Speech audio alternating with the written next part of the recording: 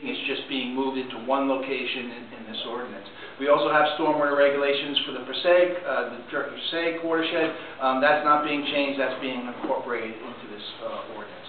We have an existing ordinance that prohibits oil pipelines within the township, everywhere in the township. And what initiated this ordinance was the fact that it was concerned that that ordinance really was defendable in court. If you just prohibit it everywhere, it's just not defendable. So that's really what started some discussions on this ordinance. And frankly, the ordinance also, we currently don't have an ordinance that regulates the storage of hazardous or petroleum products, and so we are incorporating that also into this ordinance. So basically what we've done is this ordinance does not change the current stormwater regulations within the township. It does move it into one location under watershed protection. We do regulate transmission oil pipelines.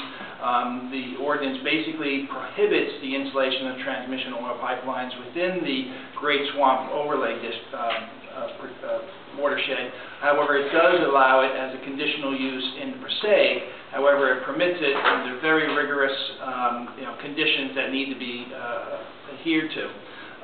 And then the ordinance also regulates the petroleum and hazardous substances in both watersheds, basically prohibiting the storage of underground storage tanks, and it does have exceptions regarding existing tanks, exceptions to existing fuel gas stations, but it also does provide some technical basis and some regulations regarding the installation of above-ground storage tanks. So basically, the ordinance is we feel is more defendable for regulating oil transmission pipelines within the township, and it also brings together, it demonstrates the commitment that Chatham has in the past with the Great Swamp Overlay District of emphasizing water quality, protection of the swamp, and it also brings in the regulation of hazardous and petroleum products,